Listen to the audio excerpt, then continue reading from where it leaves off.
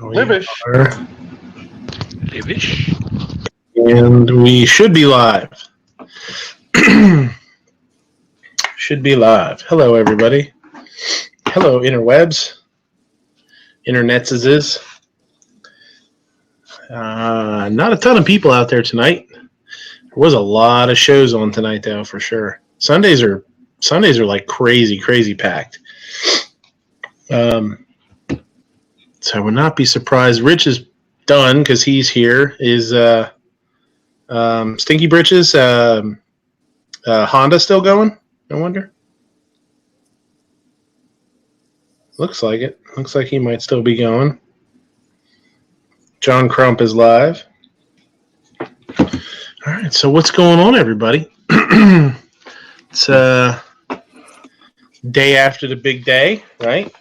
Day after the rally. Fortunately, I couldn't make it, but lots of gun channels people did, and some kick-ass coverage too. Obnoxious and Sarge, you guys both went live pretty much the whole time, and it was really nice to watch.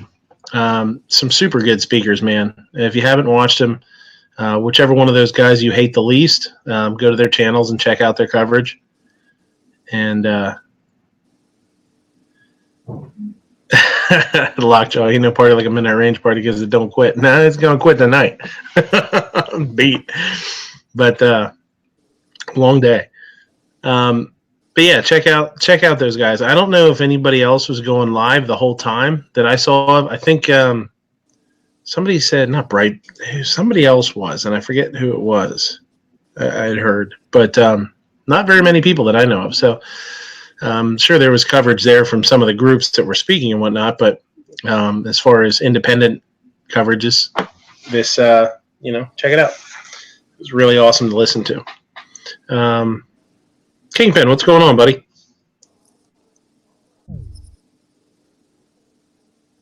Hey, see ya. Glimtech, how you doing? Okay, he's out. He's back. He's out. He's like, back. I don't want to talk to these idiots. I hit the wrong button and kicked myself out. Oh. There you go. Oops. I'm doing okay. Hopefully everybody is as well. I'm just doing paperwork here, trying to catch up from my CCW class yesterday. Oh, yeah. How'd it go? Did you pass? See. Yeah, I passed, and we actually passed 37 other ones. So we got 37 new CCWs. Cool. So now, what do you guys have to do out there to get? What's the class entail? Besides, we had 8 hours of classroom, which basically is majority of it's all law. So we have 8 hours of classroom, and then usually about an hour or 2 hours worth of range time. Range is nothing. It's 10 rounds, 5 at 5 yards, 5 at 10 yards. Mm-hmm. Just so they can show proficiency that they can actually shoot. They can function and operate. We don't have to. Oh, you're from the area. You don't have to qualify or anything in PA.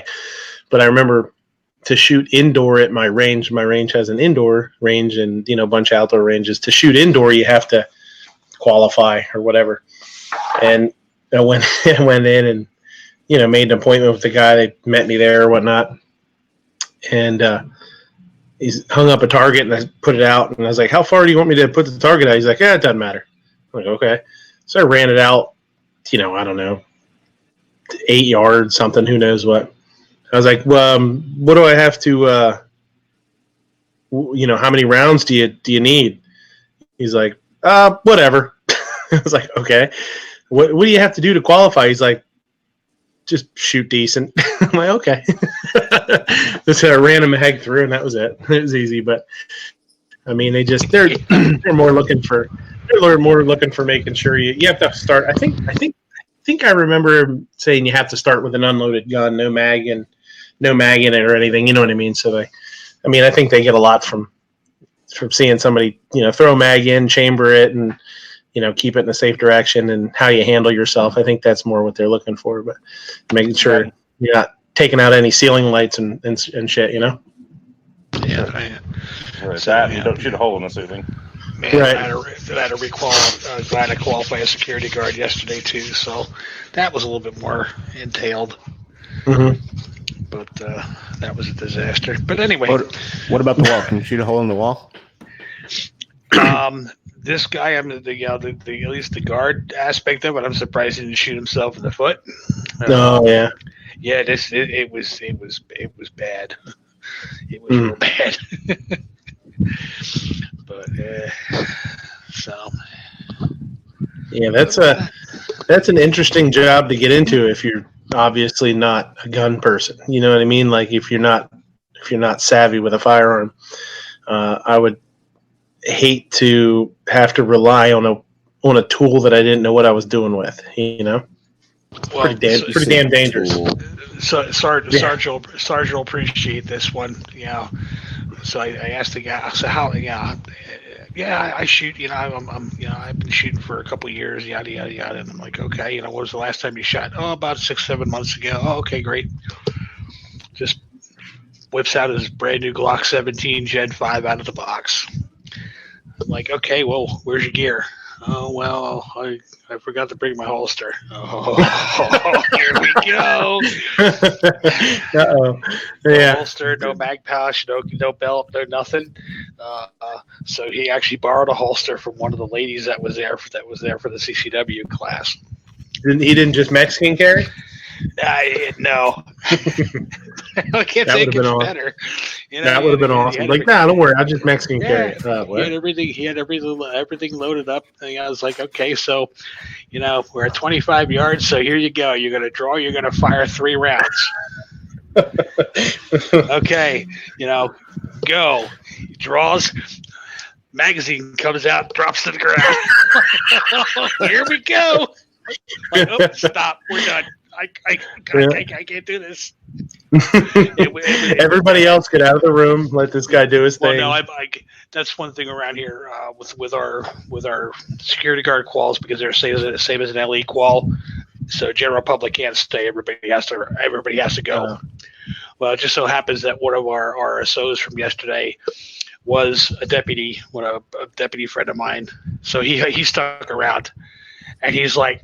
He put his hands in his hands. He just started shaking his head, and I'm like, "Dude, why?" So do they not want other people in the room so they don't so it's safe, or do they not want people in the room so they don't see how bad of a shot a cop is?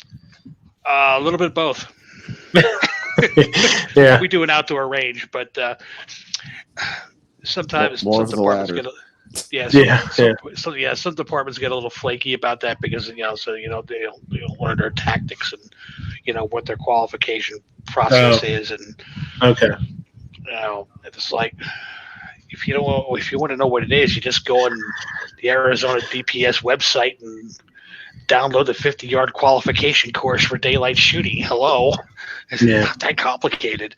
Yeah, there's an awful lot of stuff online. Yep. Yeah, it's posted on there for anybody to look at, download. But I modify mine a little bit because I make it a little bit more. You actually physically have to move. You don't just stand there and shoot the paper target. So you actually have to physically move. We didn't get to that part. He didn't make it to that part. we didn't get past the 25-yard line. He put 15, 20 rounds down range, and he only hit the target 3 times. I'm like, you're done. Have a nice day. Sorry. Alrighty. Yep. 15 rounds at 3 times at 25 yards with a 9mm. Is what you're saying? Yes, sir. And it's a full-size silhouette target. It wasn't even it's a normal qualified B-52 target. Wow. Yeah. That's what I said too. I'm like, dude, if you can't hit the forget it. We're done. I can't. Couldn't pull it off. So was he? I mean, you said he does own guns, though, right? That's what he told me. Yeah. Last time he said he shot, about 6 months ago. Here he was hunting, he was out hunting with a rifle. He hasn't shot a handgun in over 2 years. Mm-hmm. I'm like, oh, okay. But even still, it's, We didn't know the difference between an empty gun reload and a tactical reload, and I'm like, okay, well that's a problem in and of itself right there, because you have 3 reloads and 2 tactical reloads to do, and if you don't know the difference between the two, you ain't gonna get very far. No, what do you No, when you during say these courses, so go ahead. Sorry. No, that's okay. Go during ahead, these courses, is it rapid fire, or is it take your time and shoot, or do you have like a time limit? You got to get all these rounds off. There's time limits. Some departments here enforce that time limit. Like the 25-yard line, you have your 3 rounds. When you fire your first 3 rounds, you have to do that in 6 seconds. And then you fire another 4 rounds after that in 6 seconds. So they add an extra. You guys round, got a so. lot of time. Well, Yeah. so it's not like a rapid fire mag dump that you got to put all 10 rounds in the target. No. Wow. No. That's most of them can't do that anyway. So When we first, what's the difference? I was gonna say where we start off is 2 rounds in 2 seconds. 1 Yeah. 2 rounds in 2 seconds. That's an awful lot of time. Yeah. Yeah. So what's the difference between those 2 reloads? A straight reload is just from an empty gun. Is a tactical reload mean that you don't let the gun run dry? Is that Correct. what you mean by that? Yeah, tactical reload is you still have 1 chambered and you're done. Right. You get to the point that where you think you're gonna, you would think you're getting low. Yeah. But you don't want to run out. So Right. Okay. Yeah. Discarding. Well, shit, I knew that. I don't think I've never done that in my life, but I knew what it was. So that guy's way behind the 8 ball for sure. Yeah, you know the tactical reload. I'm guessing he reloaded it and then ran the slide. Well, that was he was gonna do that. Like I said, we didn't make it that far, so it was it was not good. So so it was that was a failure. So, important question. So is a tactical New York reload when you throw down your revolver after firing only 4 shots and pull out another one? Must You be. throw it at them. No. Yeah, Well, that's what I was going to say. exactly. You throw that. You got to throw it at them if you or at least throw it at their feet. Oh, that's You what don't hit makes them, it that's tacticals if you throw it at them? Yeah, if you throw it at them, it's tactical. Like a boomerang. Okay. If you just drop it, that's like the French run.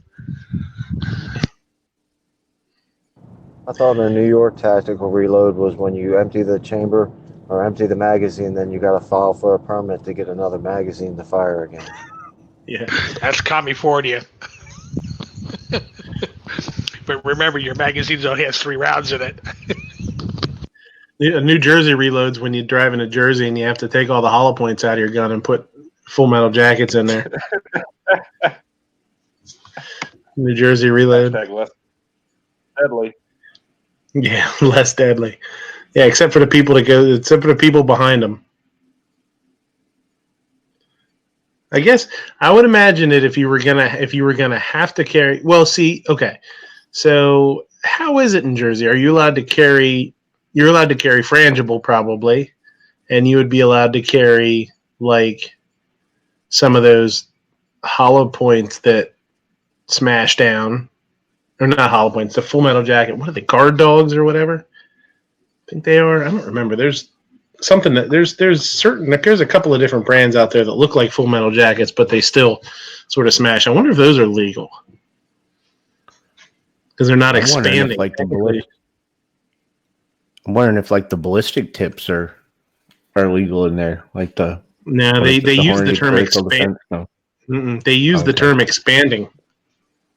So that's what makes me wonder if tumble on impact copper spun bullets, like those don't expand. They're not expanding. So yeah, I would imagine those would be okay. And that's what I mean. Like there's some that, but I mean, I don't know if they consider, you know the ones I'm talking about, not the Glazer. The Glazer have the little ball in the end, but they're still hollow points. They have some that are, I think they're called guard dogs, where they look like they look like Full Metal Jackets, but they like smash down and they kind of mushroom out a little bit, but they're not I don't know if they Yeah, consider that. It's almost like it's a modern day semi-wad cutter. Yeah, sort of. Yes, Yeah. it's a modern day Yeah. semi-wad cutter. So I wonder if that would be legal. That would be interesting. That'd be something that somebody would have to get pulled over and have them in their gun and fight it. Maybe, you know what I mean? You should totally just drive over to Jersey next weekend and see how that works out. Well, you know what? I'll tell you what. Hold on. I'll be right back. I'm going to head to Jersey quick. Yep, got arrested. Sweet. That's not a very long drive. Well, that was pretty quick. They processed it pretty good. Yeah, I didn't realize Yeah, they were Harrisburg quick. area was that close to Jersey now. Jersey. Yeah, they're Yeah, with That's- speed like that, I can imagine you got to ticket for speeding. Yeah. Travis T says a soft point ? That's another one. I wonder what would happen if you have a soft point. I mean, is that considered an expanding bullet? Not really. It's not a hollow point, you know. You should Kinky send saying that. Simon a link and get him on here. Yeah. I don't have his email. You know what? I did have his email. I don't have it in my. I've got. I had his email, but I didn't have it. Yeah, shoot him a link. He's probably beat though. He's probably tired, but yeah, it'd be interesting to talk to him about. Send him a link.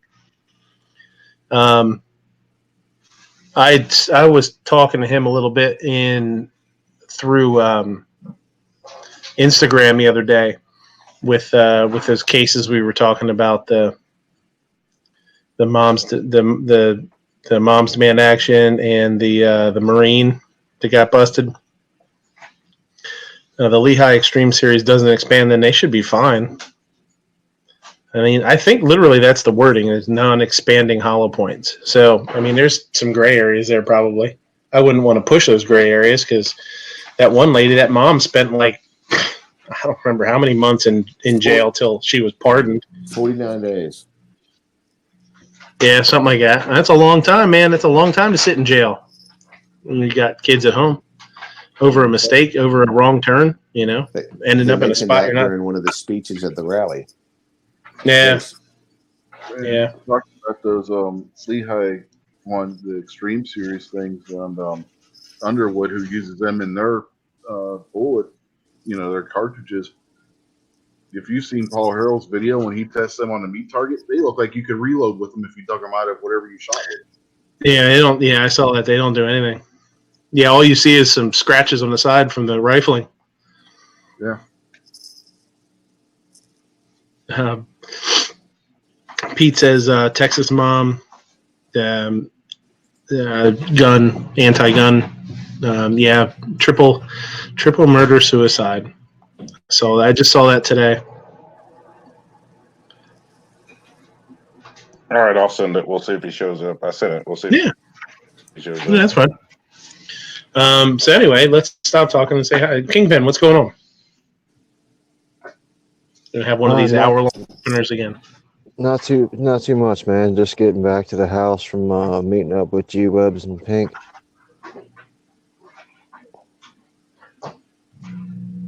Yeah, he's on his way up to Michigan, I guess. Yeah,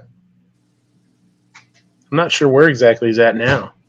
He skipped through PA. He went back by Pittsburgh way, and then up to. I think he's going up to meet Patriot.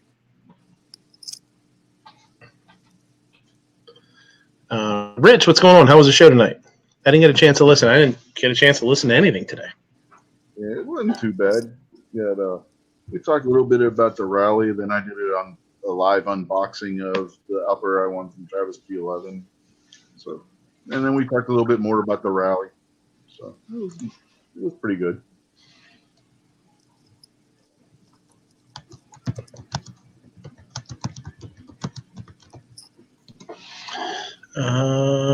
Gizzard, what's going on, man? Man, just living the dream. I just thought I'd let you know I'm on vacation this week.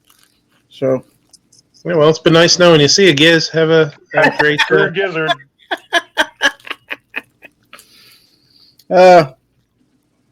just getting ready for Wanamaker.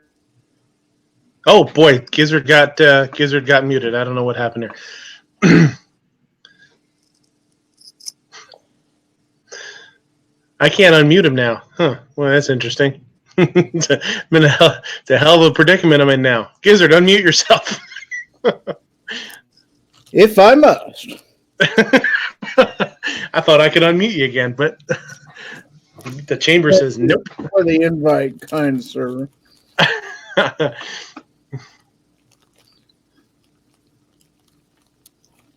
just surprised they ban you.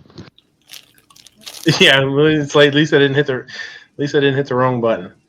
I wonder what happens if has anybody been kicked out of the chamber yet to see if you can get back in? Because I know in Hangouts you couldn't get back in if you got kicked out. I don't want to kick anybody out just to find out, but maybe towards the end of the show we'll see just to see. Obnoxious, what's going on? How was the rally on your end?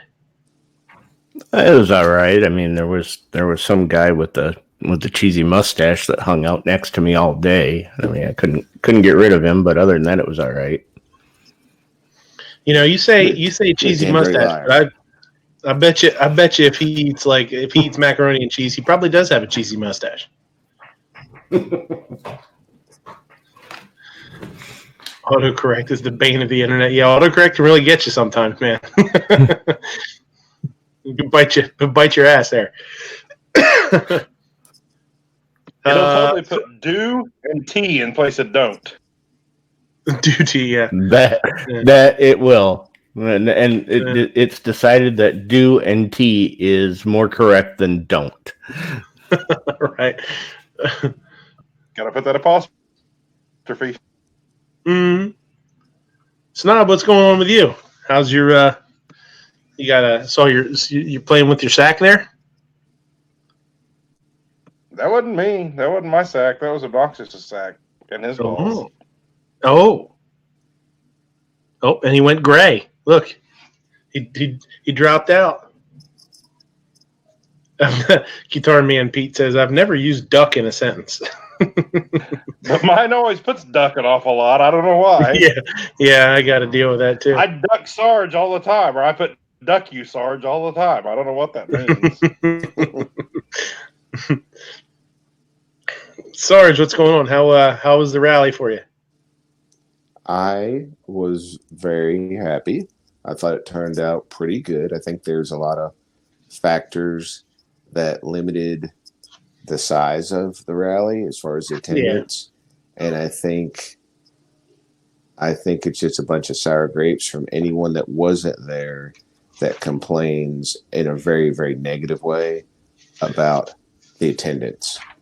I fully understand if people weren't able to make it. Hey, I get it. But I don't want to hear any just flat out bitching and complaining that I've seen in some of the comments on my video and I saw in some chats about how bad it was and how it's weakened our movement. I don't want to hear anything from anybody that wasn't there as far as that goes. If you were there, hey, you can complain. If you weren't there, just shut your mouth. I don't want to hear it. Yeah, for sure.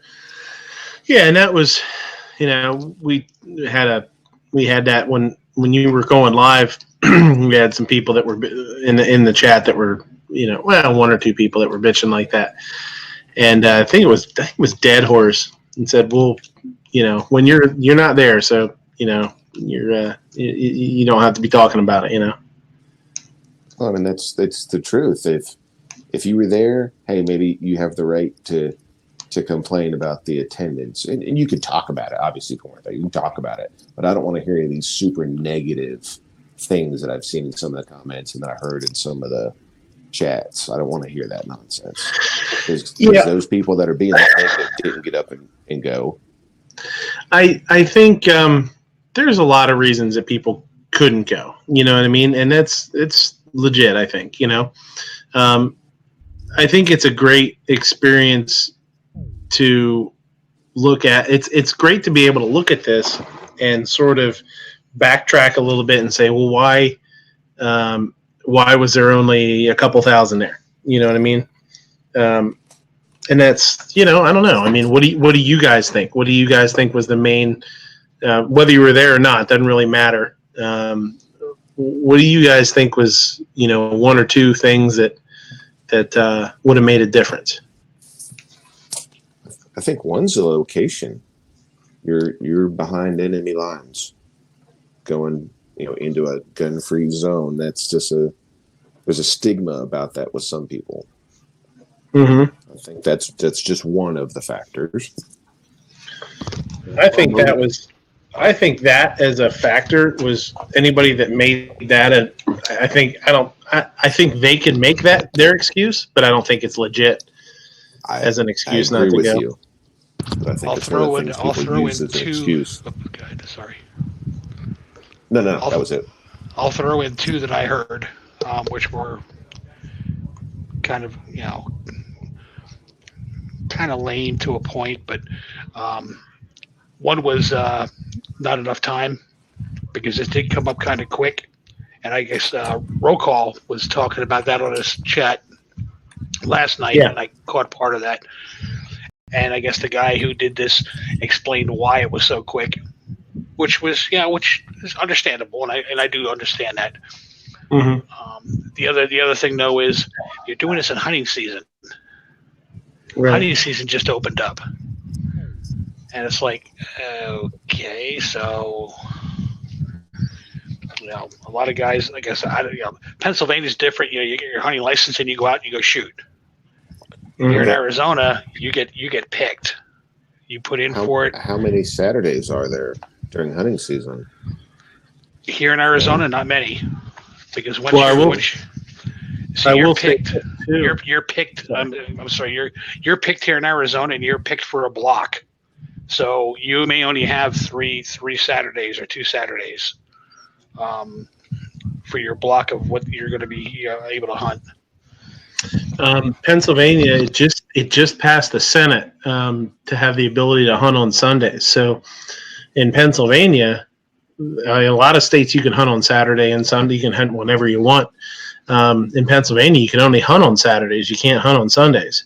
So that's an even bigger hit for somebody from Pennsylvania. That's a big hunter. Yeah, that's a legit concern. And that's just where a year or two ago they opened it up to North Carolina. You can hunt on Sundays. Yeah, just a couple of years ago. Yeah, this is the first hunting season in West Virginia that you can hunt on Sunday. Oh yeah. Are your deer religious there? They in church on Sundays? Rude to take Pennsylvania still has a lot of leftover stuff from what they called the blue laws, years ago. A lot of that has to do with there's still dry counties in Pennsylvania, and there's a lot of leftover laws that deal with alcohol and liquor. It's state run still. I mean, alcohol and wine you have to buy it through a state store. Beer, they have beer distributors that are like privately owned, but liquor and wine is through the state. There's certain times you can buy them, certain times you can't. It's not like 24 hours like some other states. And then you can now do beer in grocery stores. A few years ago that just changed, but still beer and wine you can, liquor you can't. So it's like there's a lot of older laws from back in the day that are still sort of hanging around, and that's one of them is the no hunting on Sunday thing. So I don't know what else. Hunting season, short notice, location, They didn't promote it very well. I think personally, I know I mentioned it before, and I think it turned out to could have been a factor. Is it, even though it had people, it had speakers from some of the organizations, and it had people, from the organizations that were involved with it. It didn't have the backing of a large group. And not that should make or break it, but there's an awful lot of emails that probably, mass emails that could have went out that didn't, from like NRA. GOA probably did, and Eric spoke and he did a great job. But the NRA, I don't think put out anything, did they? Other than some here or there stuff. The thing with that is half the people will complain that the NRA didn't get involved. And then if the NRA got involved, the other half of people will be like, screw that, I'm not messing with the NRA. So all it is just somebody coming up. No matter what you do, if it was on a Tuesday, oh, it shouldn't have been on a Tuesday. If it was in Kentucky, no, it shouldn't have been in Kentucky. Yeah, it was like Monday morning quarterbacking, but it was even before the event. It was being Monday morning quarterbacked, which is Those are the really same guys super that annoying. hate the NRA this week and then blow up their Yeti coolers because Yeti coolers just couldn't afford to advertise with NRA anymore. It's the same people. Mhm. Yeah, and Jeff, I think it was Jeff Knox when he was speaking at one point mentioned the fact that they intentionally didn't want any of the big gun organizations to be officially involved. That was by intent. Oh no, absolutely, it was. Yeah, it definitely was. That was the whole idea, was it to be more grassroots and less, big business or whatever. But did that turn out to hurt them? Or not? I don't know. I mean, this is just a good time to just talk about it. We always do after actions, right? We always talk about, and I wasn't there, unfortunately, so I do it's interesting for me to talk about it because I didn't get a chance to go. But even after large events, at the restaurant and stuff, when we do big parties and stuff, we always try and talk about them afterwards and be like, oh, we should have done this, we shouldn't have done that. Like, boy, that was a dumb move. Why did we do that? So, anybody else? Anything else that could have made a difference, or for the next time? Because hopefully there will be a next time. Part of it is because the Nationals Welcome Home Parade was taking place during the rally. That got a lot of press. Yeah, I'm sure people that are familiar with Washington must know how the traffic patterns are, and I'm sure that probably kept some casual observers away. Like, nope, don't want to go deal with that. Can't deal with that traffic, even though it wasn't that bad. But yeah, I'm sure a lot of people were like, I'm sure that was part of it. Well, and one of the things, the Capitals, when they had their championship rally, there was 5 times as many people there as at the baseball rally, and it got super rowdy. Yeah. So a lot of people don't want to be involved with that. Sure. And I'm sure, that brings up a good point. I'm sure, and not picking on Night Strike at all, but the shall not be infringed crowd that says that you're cowering down if you don't go to Washington with a gun, and the ones that said they won't take us seriously if we don't have a gun during the rally. I'm sure the threat of some of that kept away some casual observers that would have shown up. Yeah, I mean, that kind of good. Yeah, the whole behind enemy lines and certain people not wanting to go because they couldn't carry. I think that's silly, for sure.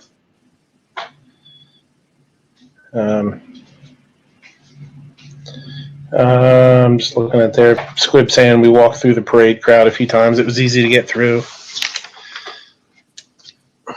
It was the size of a state rally. More people should have made the effort. I agree. I mean, we had when we did the one for PAFOA here a few months back, more than a few months now, we had like 800 people there, which was awesome. Do you guys think that coordinated state rallies are a more effective tool than trying to get one big one in DC?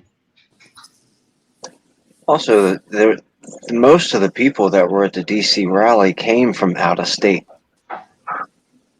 So you can constantly poo-poo the crowd that there was only 2,000 people there. Yeah, but look at the states that they came from: Arizona, Chicago, Illinois, Pennsylvania, North Carolina. I mean, all over the place. So it's not like that was just all the local. That wasn't a local rally. It did what it was intended to do. It drew people from out of the area. They a whole bunch of money to travel and time to get there, and so I don't care what anybody says. It was a pretty good idea. It was a pretty good showing, and you can stand there and complain about it all you want. I'll be quiet, and you tell me what your idea is. I'm waiting. Right. Oh, you don't have an idea. You just want to smash everybody else's ideas. Pete saying that Eric, Iraqi vet's speech was on point. Yeah, he did a great job.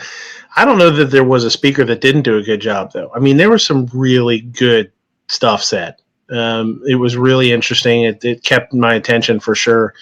But yeah, he did a great job. He was a good opener for sure. I was wondering who they were going to have to open. I didn't really look it up to see if it said who was going to be opening, but I was surprised it was him. But no, he did great. If 13% of the population can get $500,000 for the Million Man March, why can't 35% of the population get 50,000? What's the disconnect? Black skin. That's an absolutely invalid argument, because you got to realize that gun owners don't have even remotely close to the same type of history as ethnic groups do. And if you're talking about the Million Man March, black people can recognize, be in a crowd and, hey, there's another black guy, I'm going to go over there and hang out with him. Gun owners aren't going to do that. So that's absolutely an invalid argument. Amen.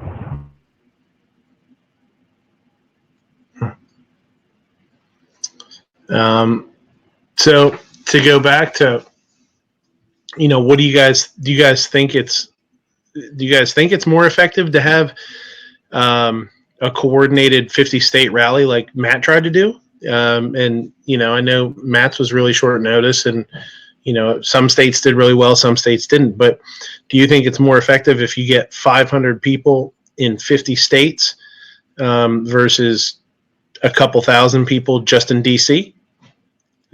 What do you think is more effective? Who are you trying to appeal to? People that only are going to be satisfied with a number of an audience, with the quantity of audience? I don't know. I mean, so first off, that question exists because the only way you can ask that question is if you're suggesting that this was not a success. If you're saying, would it be more successful to do something else? Then number one, both things are unprecedented. There has been no coordinated statewide thing. So how could that even be an answer? How could you even answer reasonably? And two, it suggests that this is a failure. It's the day after this event. People have literally not even gotten home from this event, and people are willing to write it off. That's unwarranted. Is that the word? Because that's correct. Not yet even existed yet. So we have yet to see if this is a failure. All we have is people who are either, I don't know if we would say the word kindly, but they're only looking at one aspect, one characteristic of a gathering. The gathering portion of the First Amendment, the right to assemble and the right to free speech, the soapbox, the 4 boxes or whatever we have. That right to assemble has nothing to do with the number of people. That's akin to suggesting the Second Amendment has something to do with hunting. The right to assemble is the people who show up, not the number of people who show up. And the consequences of people who are willing and do show up, and once they collaborate, and once they spread word, and once they are on message, that is how you start coordinated efforts at many places. So to suggest that, or to ask the question, would it be more successful? I challenge that this one wasn't. No, and I understand, and I don't think that any event could be either successful or unsuccessful. I think there's levels of it. Like, I think this is a successful event. Like, I think it was great. I think it was great to see. I'm glad it happened. I think the speakers did an amazing job. I think it's something that's going to be put out on social media, and I don't know that, unfortunately, it probably won't get picked up all that much on mainstream media, but if it does, that's even better. I think it's successful. I don't think any event is either only successful or unsuccessful. I think there's levels and grades. I don't know, grades is a good word, but I think levels.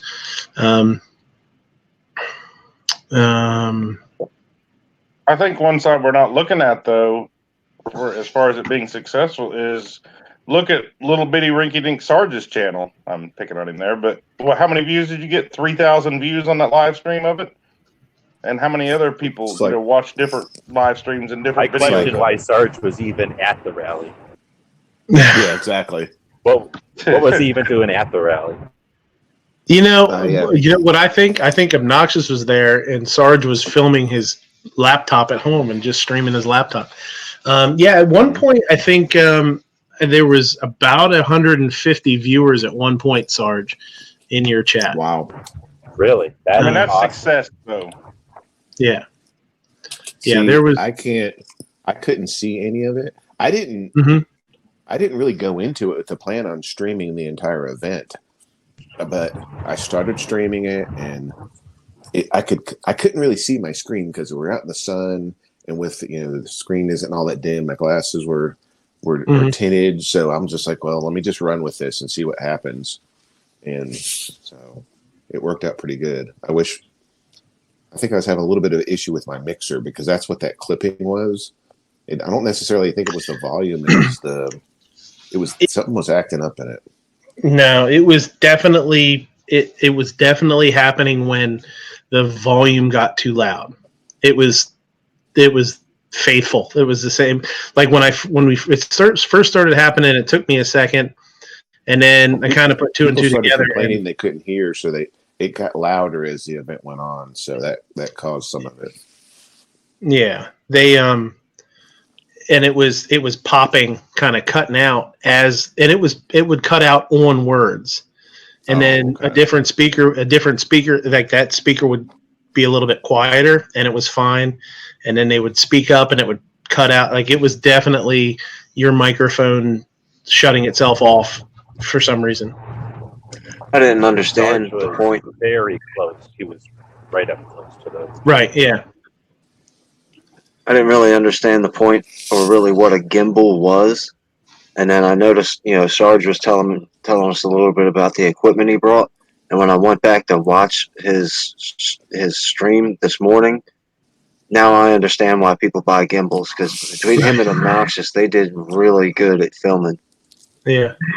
Yeah, well, I don't have a gimbal, so Sarge's was going to be a whole lot smoother than mine. And I regret not bringing a tripod, because I just set up the tripod right there. And Sarge is probably regretting it because he held that gimbal for 3.5 hours. Yes. So there's something else that he had it for longer than that. Something else that does things. Okay. Yeah, he had to carry it. He was carrying it before the rally started, so he was carrying it for more than just 3.5 hours. Yeah. Oh yeah. Go ahead, G. I think something that doesn't get brought up because people are more worried about the size of the crowd and what is said at the speeches, which is sort of like the football game itself, or the spectator sport that people arrive to see. And just like when people are frustrated with this or that because they're YouTube centric, if you look at an event, I was trying to tell us Yankee, if you look at the event like a concert or a sporting event, and you look at it as just a thing that happens often, and the way that you gauge it, the characteristics that you use to gauge it is, how much money it made, or how large the event was, or how much it brings in history or whatever. If that's the only way you look at it, then what you're going to miss is something like Sarge and Obnoxious, which went there, and which you guys just said, we're able to wing it and pull off a continual feed with appreciated people watching the feed. And then what you've got is the people that set this thing up, and they're not experts at it, and they haven't done it a million times. So you can't expect them to be perfect. But those people who set it up approached people who they thought were capable or competent. And when they bragged afterwards, hey, a lot of it was filmed live. Aren't we awesome? And we can say, no, because there's two people who streamed the whole thing live, and you didn't even ask them to, and they were able, they were competent enough to just be able to do that. The unseen happening there is that change happens. Number one, Sarge and Obnoxious should feel duly appreciated for what they did, because thank you guys both for doing that. But also, you've learned stuff. You're going to be able to take that on, and both of you are the type to share that knowledge. So unlike some people who strive to attain so that they can obtain and then, own. When you've got people that are working together and just trying to rise the boats or whatever with the tide or whatever, what happens is on the other side, the people that organize this need to know that individuals are part of this tech. They keep telling us, you're the lobby, blah, blah, blah. But then their actions are more, here, we're the show, and you're this audience. We're what matters. You support us. Fuck that. Sorry, I'm not allowed to say that. Like, Yeah, this is important. It's an important thing for them, those who would never admit it, but are seeking celebrity in this whole thing, to understand that they do not know, number one, technically what to do. Number two, they'll see it. They are being schooled that they're not even fluent in the technology that they suggest that they're experts at. And even though they'll never admit it, they will see that two dudes just came out of nowhere and accomplished more than they thought they could get with their people that they had in their Rolodex. So those kind of expansions of horizons and those kinds of understanding the bigger playing field are the little tiny interactions that happened at that event that can't be calculated and will never be acknowledged by people who can only look at stupid characteristics that matter when you're trying to sell yellow or blue shoes, or if you're trying to make this sports team or that team or something. And again, just people that can only look at traditional things which have existed forever, like concerts and sporting events. I mean, everyone knows what a football team is. Everybody knows what a World Series is, and they're programmed. They've by tradition and by culture. When your team wins, everybody shows up. And we were talking about it with Kingpin at lunch or dinner just a minute ago. How many of these people, the 50,000 people that showed up just because, hey, it's a parade, you can drink beer, get all sloshed, nobody's going to get mad, there's no jaywalking rules downtown, we get to trash the Capitol, basically, do whatever we want down at the Capitol, and then come home with a $10 shirt instead of having to wait and go to the store tomorrow and buy an official $30 licensed t-shirt. I can go buy, like Kingpin was saying, after the parade, everybody was selling those bootleg t-shirts for like $5, so they didn't want to walk home with them. So how many people that are savvy to sports are going to walk down there just to drink some beers and save a bunch of money on shirts that they want to own? So anyway, there's a lot of aspects to it that aren't going to be focused on. I just want to say thanks again to you guys for actually showing up and schooling some of those people. Because again, I kind of talked to the people who, I think the people that kind of organized it or whatever, and some of the people that were there like on staff and stuff. I don't know if you guys talked to those people, because I was curious, like, the organization of or the structure of it, like how solid that was, if it was well done, or if we just barely got there by the skin of our teeth or something. And I got the impression that they have limited Rolodexes, and the people that they think are experts, and that they're completely happy. They're in fact bragging that some of it was posted live. They're learning. You guys are schooling them.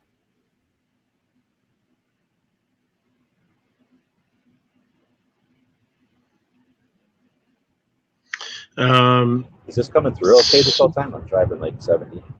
Yeah, you're a little bit quiet, but you're fine. I got yelled at for being too loud in the last year. But no, and I got you. Yeah, no, yeah, you're fine. Yeah, you're good. Ozzy saying Sarge's mic is like an electric earmuff. When the sound spikes, it suppresses it. That's actually a perfect analogy about what was going on. That's exactly what it was like. Most mics are supposed to do that, right? When they hear a loud noise, they cancel. I don't know. I've heard it before, but some of them don't do it, because I've seen people do shooting videos, and it's the gunshots are really loud, and other ones I watch, and some of them it muffles it a little bit when the gunshot happens. You know what I mean? But that's No, when you're talking like it cut out or something, like a loud word or a loud thing from the speaker. I mean, it was still like, what's the word, like understandable, or like, yeah, there was a couple parts where the speaker was, whoever it was, I don't remember off the top of my head, but there was a couple where it cut out quite a bit, and then it would be okay for a while, and then they would get to a point where they were, trying to rile up the crowd a little bit, and it would cut out, and it's watchable. I mean, it's not like you can't watch it, but there was a couple of points where people, and what would happen was new people would come into the chats and be like, "Oh, the sound, what's wrong with the sound?" And you have to, I've explained it again, like, "Oh, it's just when it gets loud, it's, the mic's cutting off a little bit to, I think it's a safety feature so the mic doesn't blow, so it doesn't hurt itself." I don't know. Think about the number of people. What they say, 2,000 people showed up for the rally. So everybody there had a telephone. Everybody in the city has a telephone. But then 50,000 additional people showed up to complain about sports or whatever for Walgreens. And all those people had phones. And how many people there were streaming it, right? So think about the cell towers and stuff too. So let's think about the infrastructure we have in this country. Appreciate the tech. But like I said, I mean, at one point, I think there was about 150. There was 150, like high 140s. I don't know if it ever hit 150, but I know at one point it was like 148 or whatnot. That were watching. So, and there were some good conversations too. What did anybody get crazy in the chats? Oh, there was some assholes, yeah, for sure. What were they saying? Because I couldn't see it. I mean, there was a Hey, couple don't talk that were about me just, that way. yeah, right. I mean, there was. I'm trying to. I don't remember off the top of my head exactly, but there was a couple that were just, negative. But there was the occasional. There was just the occasional, like, just pop up troll, pop in, say something super racist, and then get I'd have to ban them, like just how people are. Obviously, don't repeat it if it's terrible. It wasn't. What were they saying? Yeah, well, it wasn't. It didn't have anything to do with your channel or guns at all. Most one or two of them. It was just people come into a chat, they say something horrible, and they get banned, and they're like, "Ha, I win. I got banned." I don't know. Well, I hope so. There was one or I feel like there was one that was like there was I believe one that was kind of anti-gun. He said something about. Shoot, what was it? I don't remember. There was a couple. Black Cat got one or two of them, and I got like two of them or something. Yeah. I think it was. It wasn't Dead Horse. Oh, Scotsman was in there bitching at me because I wasn't banning people, and I was like, "Dude, I'm at work. I'm cooking." like I was, trying to listen while I was doing other stuff, and I'd look up and be like, "Oh, there's an asshole. Get rid of him." but they had already been arguing with him for 3 or 4 minutes. Multitasking. Like, get rid of these. That's fantastic. Yeah, but they tried to keep it pretty clean. Other than a few people, it was pretty good. I mean, there were some good conversations. You should definitely watch it. I mean, you're going to edit watch it with the live chat. Yeah. Yeah. Rob D's got a good point. I'm reading his comment. He said that this was a good start, and now it can improve from there. And that's you got to start somewhere. Yeah, absolutely. I think and I don't think having it in DC, like the idea of having it in DC is bad. I don't think that's bad at all. I think it's a historic place, and I think that helps it. I think once I can only imagine, like I said, I've been to DC. I wasn't at the rally, but I could only imagine being there and walking around the monuments and seeing all the history. All the founding fathers would probably make you more pro-freedom. Like, how could it not, right? I'm sure walking around there, you're looking around at the statues and the memorials and the monuments, you're thinking like, yeah, what we're doing is right. We're on the right. And that's one of the things that Eric said. He said, being on the right side of history or something. Great statement. Yeah.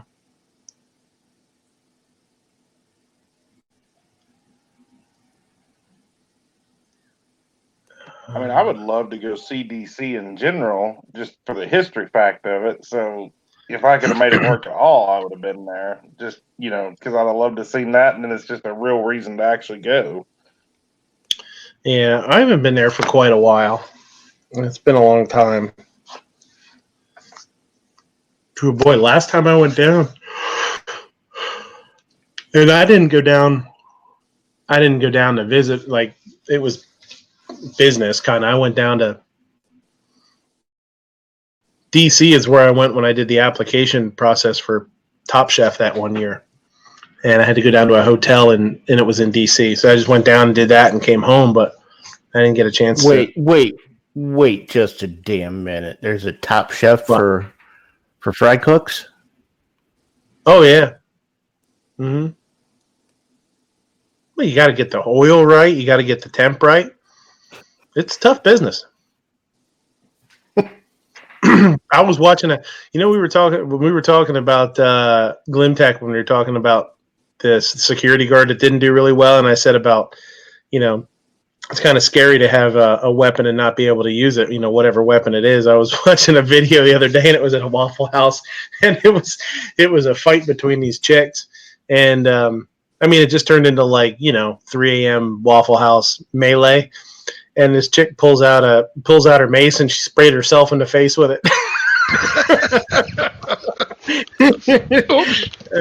Yeah, I was like, oh, you dumbass. You can see her messing with it, trying to figure it out, and that's funny. I missed out the SpongeBob. Yeah. What's bad is when it's on your gun belt and something gets jammed in there, and next thing you know, you're sitting there walking around or driving down there going, man, my ass is getting hot. Why? Oh man, wow, I'm gonna start to cry now. we had a busboy spritz mace one time in the restaurant, just a little tiny shot. It was him and his sister both worked there, and he went in to get something out of his sister's purse, and he pulled it out, and he's like, oh, and he's like a little, he was like, I don't know how old he was. He had to be 17 or something, old enough to know better, but he was, like a kid enough to want to play with it, So he pulled it out and he flipped it to the side and gave it a little squeeze, and like a minute later we're in the kitchen, we're like, oh, God damn, what is that? Like, I'm looking at the grill. I'm like, are you guys doing did somebody order? Because every once in a while we don't have it on the menu, but somebody will order blackened chicken or blackened salmon or something. And I was like, man, you got a Cajun cayenne on the grill or something? What is that? And servers are coughing. I was like, what the hell's going on? They're like, oh, it's a little mace. That's just wicked. Just that little tiny bit, man. Yeah. They did that at the courthouse a couple years ago. One of the deputies hit his capstan right under the air intake for the AC unit. Needless to say, the courthouse emptied out rather quickly. Yeah. Oh man. Yeah, I imagine. Oh, that was bad. When they use when they use the foggers, the mist, the ones that mist it, I guess it's called a fogger, right? Holy smoke, we had those man. at the prison. Tell you what, you set that off while you're sitting down, it's called a hot pocket. Yeah, exactly.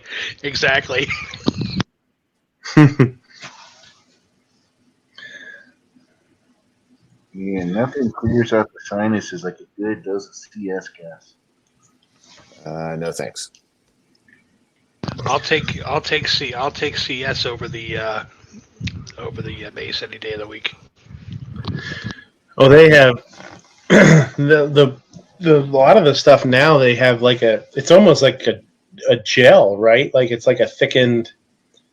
It's so that you don't get so much residual that's what we side have now. effects. Yeah. It's a gel. Unlike the spray is great if you're outside because it'll dissipate and spread out. But for inside in the courthouses and the concentrated in the jails, we have the gel, and that sticks to you. So that sticks to whoever you shoot, and also it has the infrared ink in it too. So or the black. Yeah, I was gonna say it has a dye in it, right? There's a dye in it. Yeah.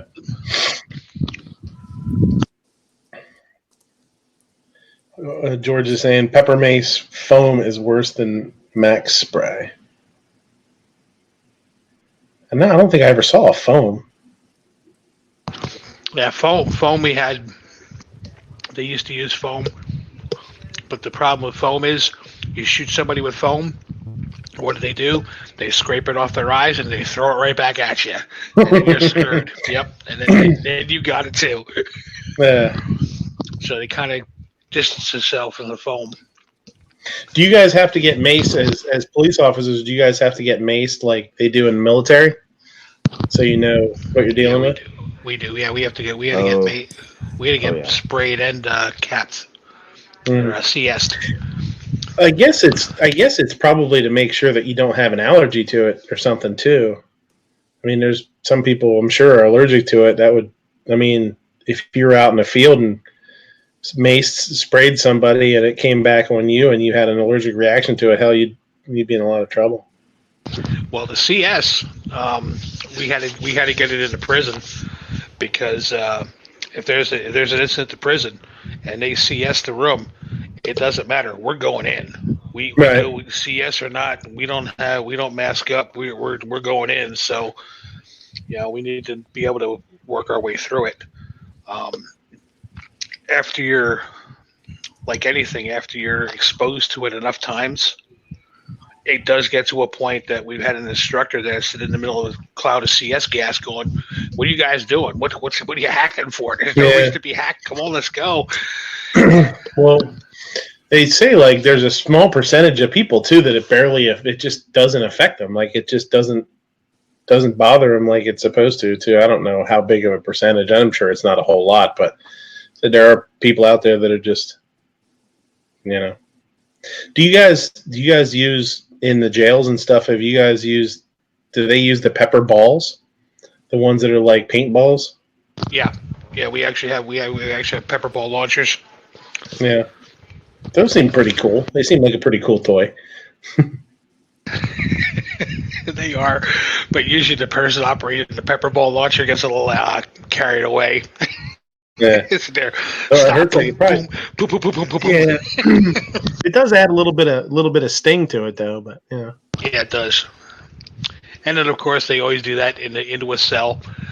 So they have 30 pepper balls in this cell, and then all this just one big cloud of pepper. It's like, God. Well, guess what? You shot it. You're going in to drag them out.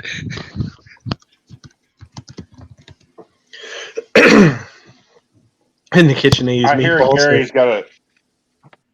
I hear Gary's got a new idea for how he's going to protect himself in his house tonight. He's going to put black table. He's just going to put black table pepper in his fly assault gun and just comes in, he's just going to pepper him in the face. There you go. I never thought of that. That's not a half bad idea. No, it's a fully bad one. It's a terrible idea. Well, how about cayenne pepper? I think it's a great idea. You should definitely do it. Cayenne pepper real good. Then and either way, if you need to, you can always season your food with it also. So you can hold up a slab of ribs, pop, put it back down. You'll be good to go. You need to get one of those for the restaurant midnight. Well, they have. You should totally get one of those. So when somebody wants pepper on their salad, you just from across the room, you just launch it at them. Salad just explodes. Like when you go to an Italian restaurant and they come grate your Parmesan on your table. Instead of that, you just walk out with the assault gun and shoot Parmesan at them. Yeah, you could just use slingshots. Keep it simple. Load my own, shoot slingshots. Jason Stewart said, "Good night." He's getting out of here. Good luck with the rest of the show. Thanks, I need it. And thanks for the pin. So yeah, you're welcome, buddy. Glad to. The wife had said she's surprised how many big channels didn't go. Oops, hold on. Didn't go to DC, but will go to Shot in a Heartbeat for their channel. I don't know Hickok or watch his stuff, but it was cool he went. Yeah, that was cool to see him. She actually texted me during, just right after, I think. And she said, was Hickok there? And she said, is Hickok there? I don't know who he is. I said, yeah, he was there. He's the one that sounds like Dr. Phil. I cannot hear Hickok without thinking of Dr. Phil. Like, these dude sounds just like him.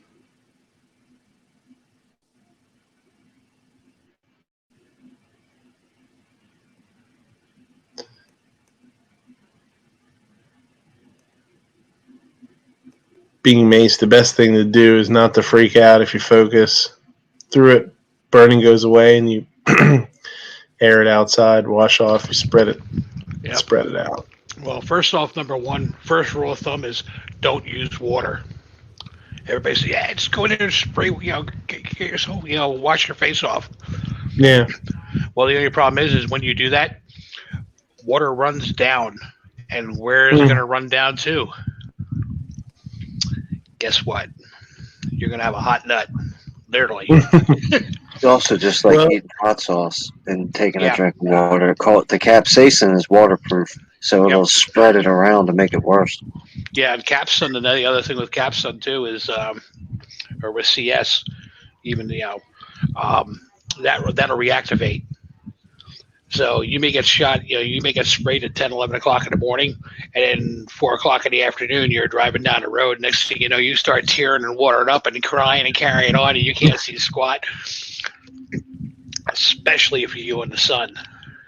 It'll just start burning.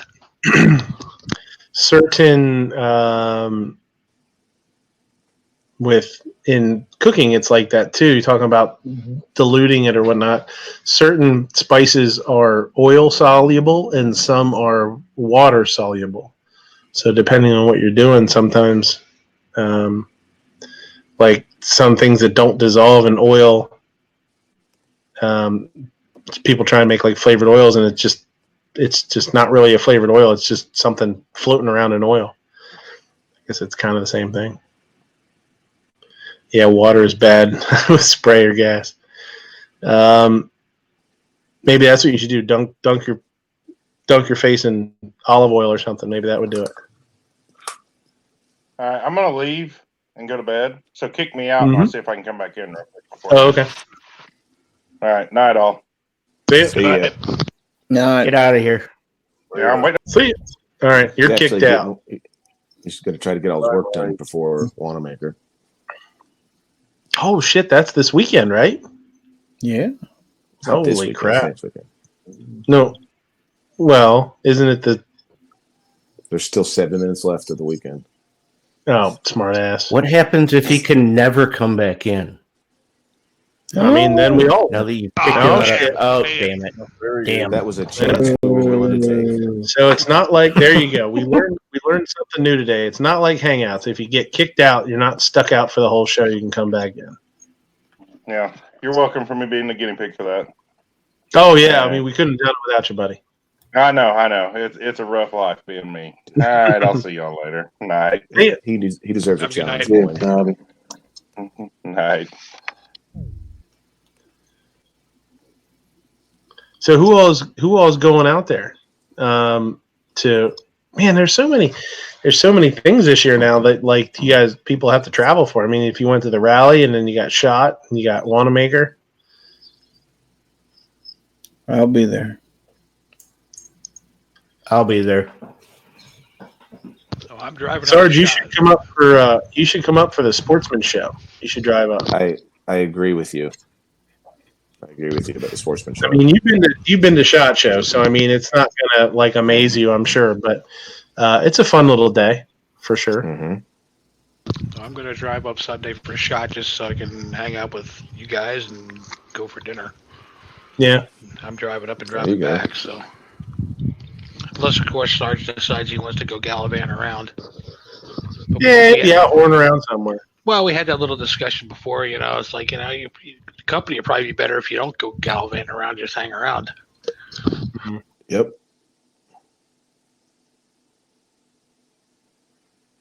When is the next outdoor show? Midnight? It's always like the second week in January, I believe. Oh, it was February last year. Or is it February? Maybe it is February. Yeah, I'm pretty sure it's the very beginning of February. This was the first one I had gone to in quite a long time. Hopefully be able to get up there this time around. No midget tranny hookers. What the hell is she talking about?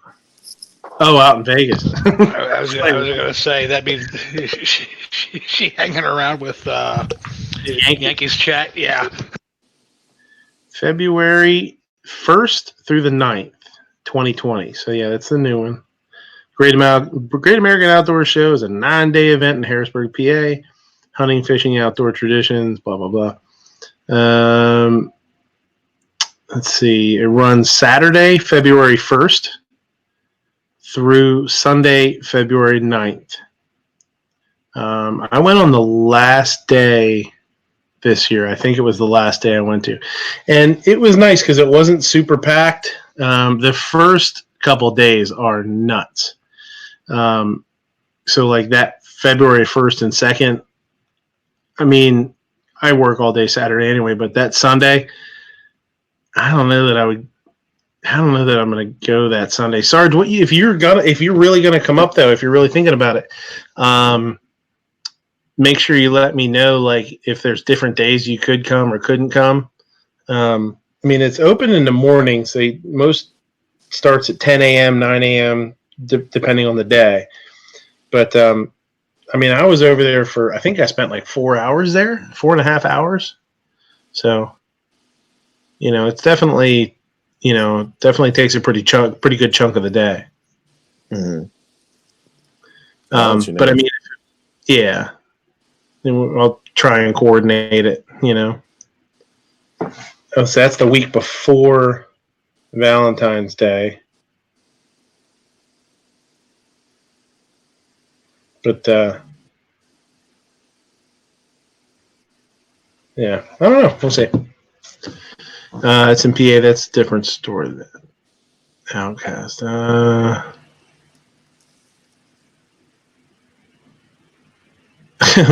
wife says, apparently Yankee says a lot of things I say. I've watched like 3 of his videos ever.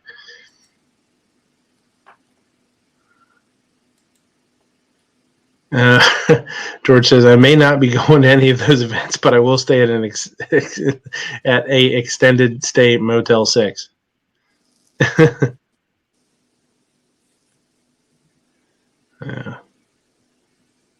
Yeah, Rob, if you're Express. There you go. Yeah, Rob, if you're open, you want to come down. I mean, it'd be great to have a couple people to walk around. Kingpin and I were, made our rounds last year. I had a really great experience. I had a really good experience with the people at the event. Everybody was really cool. I didn't have anybody like really blow me off, or everybody gave me time, and it was nice. It was good. I will say this: I took my backpack and I took my little tripod. I had like a super cheap little tripod, but it's nice because it fits in the backpack. And that was really nice. If you go to these events and I suggest that's a good one. If you don't have anything, even if you just buy a super little crappy tripod, they do the job. It was kind of nice. Squib said he might try and get out. Yeah, man. Yeah, it's there was a lot of stuff too. I mean, I didn't realize it was, and we only went through the gun area.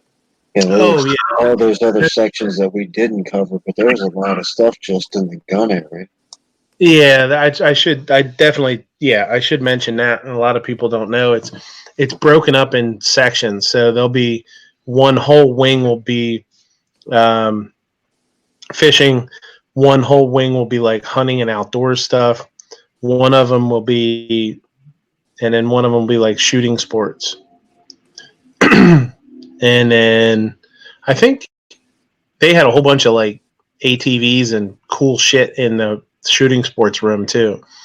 They had some awesome like ATVs with like treads on them instead of, you know what I mean? There was some cool stuff, man. It was really cool.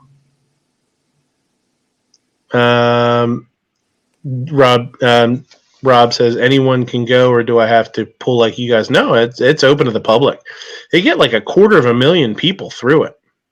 It's a lot of people. I mean, like I said, it's a 9-day event, which is pluses and minuses because a lot of the people that attend the event, or like the companies and stuff, some of them will have people that will go for like 4 days and then leave, and a new set of people will come. And so they don't get so burned out. But some of the other ones stay for the whole 9 days, and it's a lot. It's a lot of hours, man. It's from like I said, like 9 or 10 in the morning till 5 or 6 at night.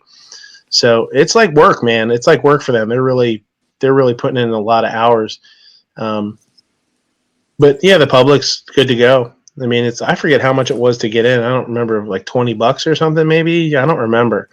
It was between 10 and $20. Yeah. Yeah, it wasn't a ton. And I'll tell you what, man, if you go, depending on what you're into, if you open the place up, you could close the place down and not feel like, and see everything if you really wanted to. Tony was up. That's where I met Tony. We met Tony Simon. He was up there. Marco usually goes. He said he usually comes up for it. I don't know if he was there this year or not. I think he went during the week, though, because it wasn't super busy. He went on like a Thursday, I think.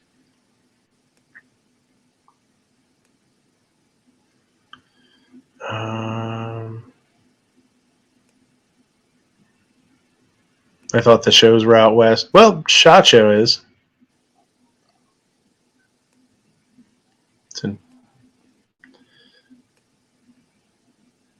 Be interesting to see. I don't know. Is there any other? I don't know if there's anything else on the East Coast or not. Virginia has a lot of pretty big gun shows, like 2 or 3 times a year.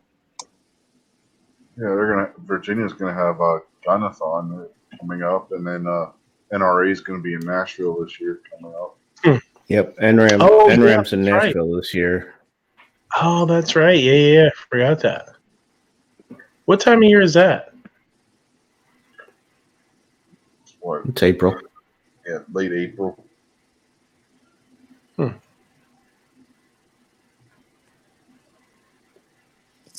You have to be an NRA. You have to be a member to get into that, though, right? No. Yeah. The meeting part you do, but the exhibits and stuff you don't. Think you do. Think you got to be a member to get into the exhibits. Yeah, pretty sure. You've got to be a voting member. You've got to be a voting member to get into the meeting. Yeah, I thought it was just the meeting you have to be an actual member for. Nope. In exhibits, you got to be a member. No, they're actually set up right inside the door. Once you walk in the door, you have to show them either your membership card or you got to sign up. Right. Or your press badge. What, $20 a year? So you're sign up for a year. It'd be just like paying admission anyway. Yeah, I mean, yeah. I mean, that's when I used to join. When I was still a member of the NRA, I used to join the NRA when I went to a gun show, because you join the NRA, they give you a discount. So I would join for like $20, but you get into the gun show for free. So it was save you like $10 getting into the gun show. So you basically get, NRA $10, like a $10 or $15 membership or something like that. But I haven't been a member for 2 years now or something. Moose saw Foose shooting some competition on Instagram. The dude is legit. Yeah, Foose he's a good shot. He's good, man. He's fast. I love watching him.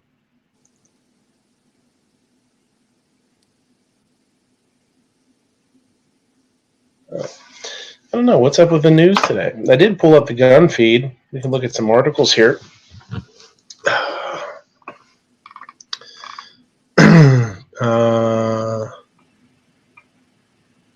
New Zealand, only 32,000 guns turned in.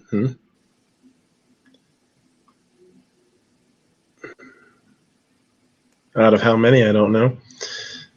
There was a couple that I saw.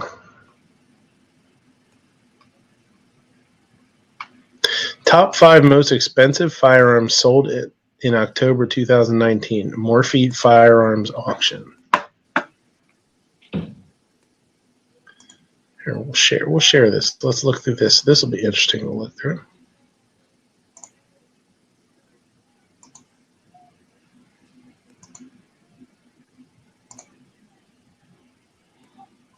Beto dropped out of the race. Yeah, he took off. What? All right.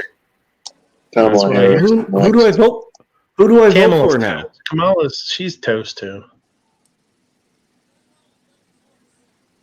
Ever since Tulsi Gabbard laid the smackdown on her, she fell apart. She didn't know what to do when somebody called her out.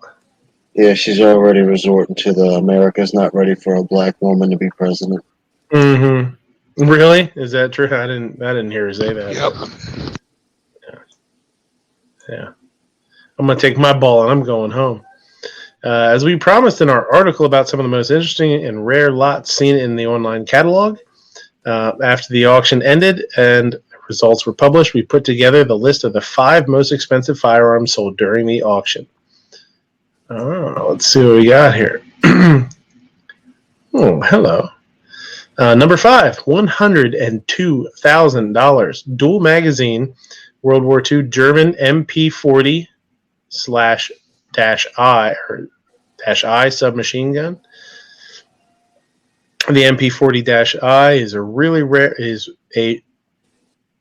rare and unusual example of this WW2 German machine gun. What makes it interesting is its distinctive enlarged magazine housing that takes 2 standard MP40 mags and allows switching between those in a matter of pressing a latch in front of the magazine well and sliding the 2 side by side. Oh, that's really cool. So you just like flip a latch and slide it over. That's pretty awesome. Yeah, if you haven't seen it, Ian on Forgotten Weapons has a video on that exact one that just sold. Oh yeah, there's some pictures of it. Wow, that's really awesome, man. That's really cool. Colt model 1883 Gatling gun. $116,850. Couldn't throw that extra $50 in there, huh? An original Colt 1883 Gatling in near perfect condition. It's probably enough description to have an idea why this is such a desirable item. Even the gray paint on the wooden wheels of this time traveler is original. Wow. That's crazy. Where the hell was this thing hiding for 140 years? This Gatling gun was consigned with its original wheel mount, sights, and an Atlas drum magazine. This 10-barrel monster is chambered in 43 Spanish, also known as 11 millimeter Spanish, or 11.15 by 58 mmR Spanish Remington. How awesome is that? It still has the freaking original paint on it. That's crazy. I was going to buy that one, but the ammo is $200. So, well, yeah. I mean, and who wants it to be gray? I mean, you'd have to go repaint it something. I'd have it Cerakoted, like some kind of a cool multi-damage. You Cerakote it like Obnoxious's AR? You could have Snob do it. Yeah. Camo pink polka dot. It's a good thing they didn't have Snob buy, because then it would have a cheap red dot on the side of the magazine. It took Snob like 2.5 years to Cerakote Obnoxious's AR. It taken like 10 years to Cerakote that and ship it back. You'd never get it back. Mm-hmm. Colt model 1847 Walker revolver. $153,750. If there's a Colt Walker consigned to an auction, there's no doubt that it will be one of the most expensive lots sold in that particular auction. And there are several reasons that this 44 caliber percussion revolver is one of the most iconic firearms in American small arms and Colt history. If not the order of 1,000 Colt model 1847 Walkers placed by Captain Samuel Hamilton Walker for the Texas Rangers, Colt would most likely gone bankrupt.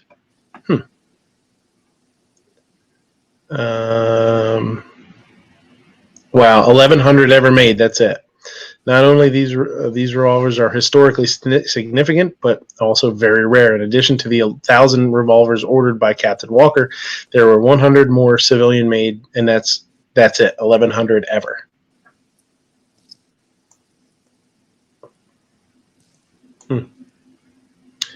That's super cool.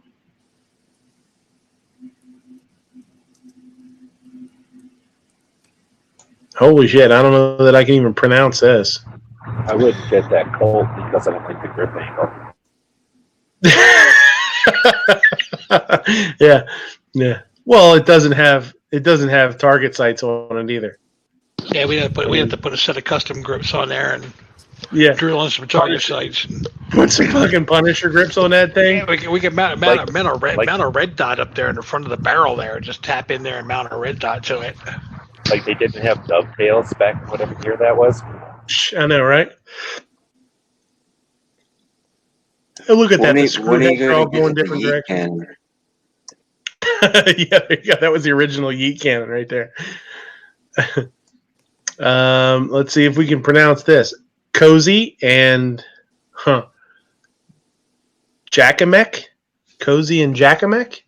Gold inlaid and engraved percussion shotgun. This muzzle-loading percussion shotgun is made somewhere in the middle of the 19th century. $276,750. By gun makers Cozy and Jackamek of Polish towns Warsaw and Krakow. This European firearm has a set of Damascus steel barrels and is richly engraved, gold inlaid and carved.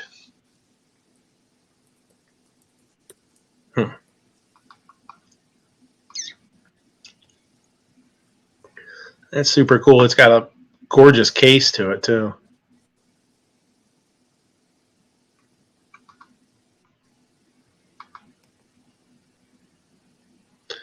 Oh, that's cool. There's like a lot of scenes of like fox hunts and stuff on it.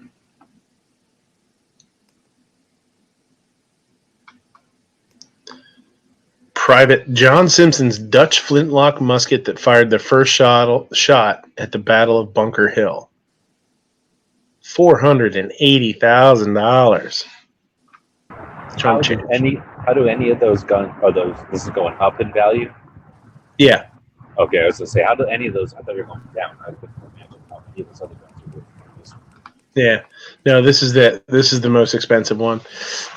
So almost $500,000. If there was a list of the top 10 most significant firearms in American history, this musket would probably be included there. This is the gun Private John Simpson, who fired the first shot in one of the first and most important battles of the American Revolution, the Battle of Bunker Hill. Private Simpson, well, for Private Simpson, that was not a too fortunate turn. For Private Simpson, that was not a too fortunate turn of events because he faced a court-martial for firing that shot. That was an odd sentence to read.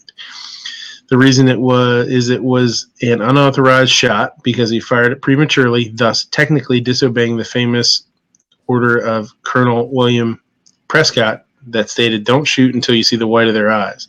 Luckily, he got off with just a reprimand and continued his service throughout the war, reaching rank of major. Maybe he just has really good eyesight. Maybe he saw the whites of their eyes before everybody else did. Loophole. This is a Dutch Type 3, 79 caliber, .7. Back in the day, that's why you never wanted an albino on your team. Oh, yeah. It blasts you from a mile away. .79 caliber smoothbore musket, thousands of which were supplied to the colonies before and during the Revolutionary War. It was one of the common firearms throughout the War for Independence. This musket, along with its bayonet, and John Simpson's commission from the state of New Hampshire, dated March 13th, 1778, remained in the Simpson family until they were consigned to the October 2019 Morphy auction. Wow. So, that family, they a bunch of douchebags, or what? That's the question. That's what I was just going to say. Like, or is it like there's 8 brothers and 7 sisters, and there's no possible way to divide this gun between like all the grandkids of the generations here? Because I've seen that happen where it's like, dang, there's just no way to share this thing. It's like the families.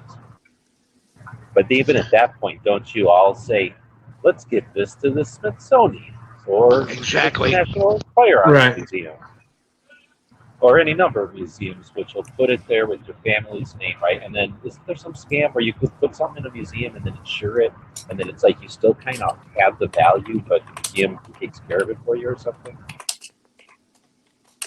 Well, I would say too, like, I think it depends too, because some of these, I don't know, do some of these auctions are the sales contingent on what the person is going to do with it, or no? Is that ever a thing?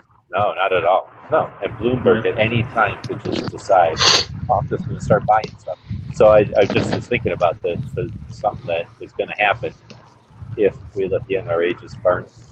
I was going to the NRA's museum, National Firearms Museum, and the first room there has always been, probably always will be, this one guy's collection. I forget the guy's name at the time, but he's a billionaire who owns some magazines. It might have been Field and Stream and a bunch of other like ladies magazines, but he owned magazines. He was a publisher, and he was a billionaire. And they always start the tour of his collection, which is all those Gatling guns and a ton of. It's like the most valuable guns in the country is these 3 shotguns.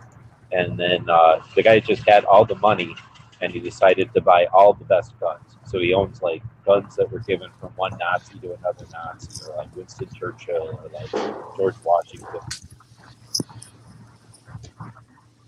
Did you hear that robot say that? Did you hear that? Yeah. Okay.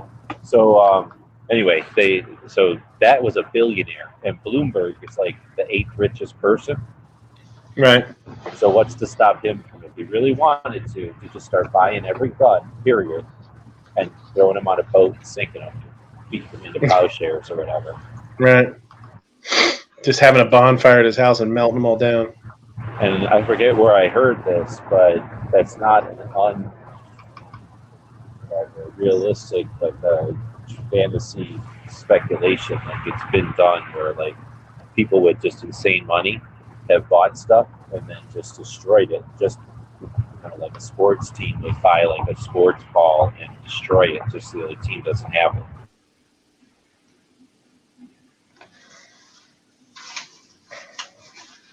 Pete saying, does anyone have George Washington's musket? I don't know. That's, I mean, a rifle or a gun that famous. Yeah, but I mean, yeah, anyone. That's true. I mean, yeah, any one of them. But you'd think, I mean, everybody, I mean, he knew it's. Clovertack said he thinks Washington's musket was in the White House. You're not allowed to have guns in D.C., so I don't know. Yeah, you can't curios.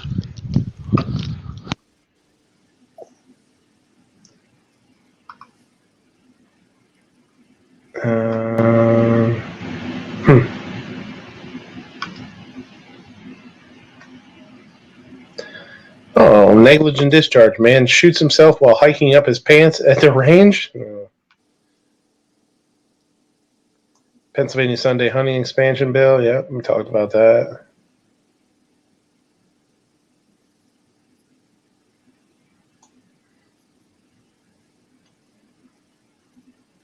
$129 red flag orders active in New York.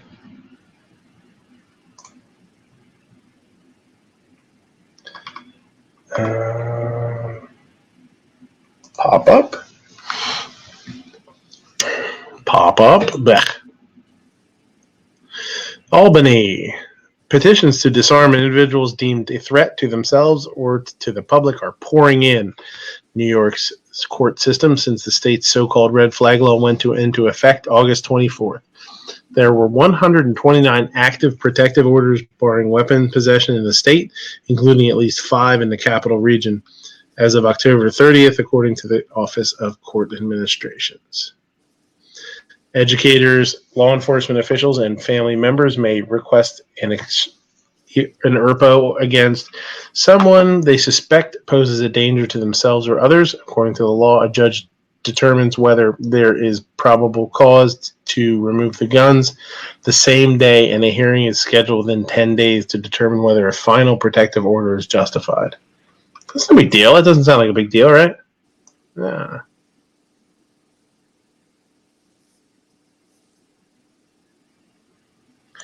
$30 orders pending, or no, 30 orders final and 99 pending. And there's Elizabeth Warren. But how the hell is that goofy chick their best hope? Biden flubbed again the other day and said the wrong state he was in. He is like, he's out of it. Yeah, I don't remember where he was. He's in Ohio or something, and he said something about Illinois, and he goes, Ohio. I was just in Illinois. That's why I said that. He tried to save it. Yeah, it didn't look. I mean, maybe, but he said some other stuff that just really makes you worry about his mental capacity. I think he's just. Well, I think he's an older dude, man. You know, he's slipping. He's not. You know, not like he used to be. Joe Biden endorses 23 Virginia Democrats to help flip control of state legislation. Problem is, those guys he was in Ohio when he endorsed them. He was in the wrong state again. Hmm. They're running for their other office. That sounded funnier in my head.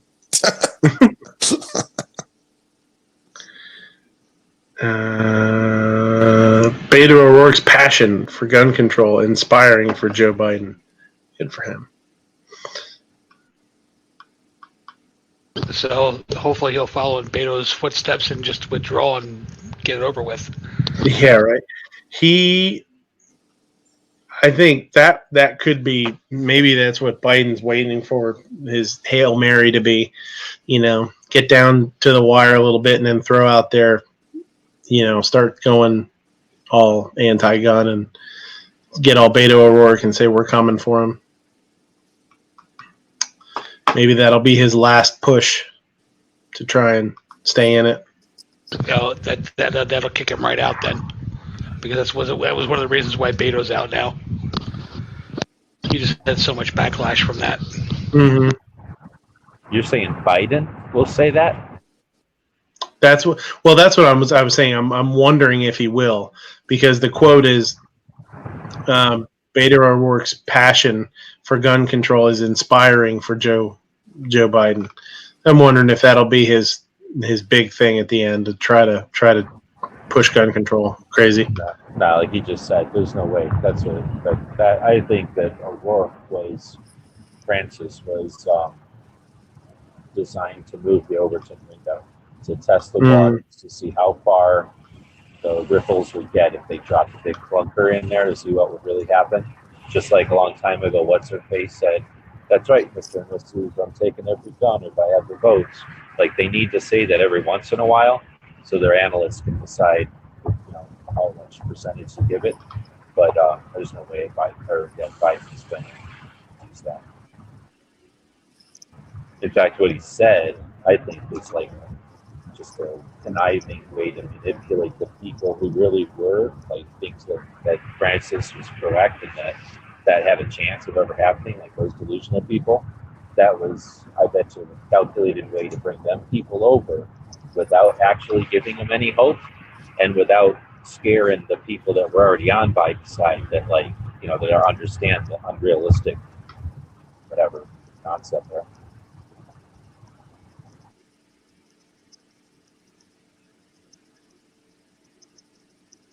By the way, Pennsylvania's right sucking, going 45 miles an hour. Super good.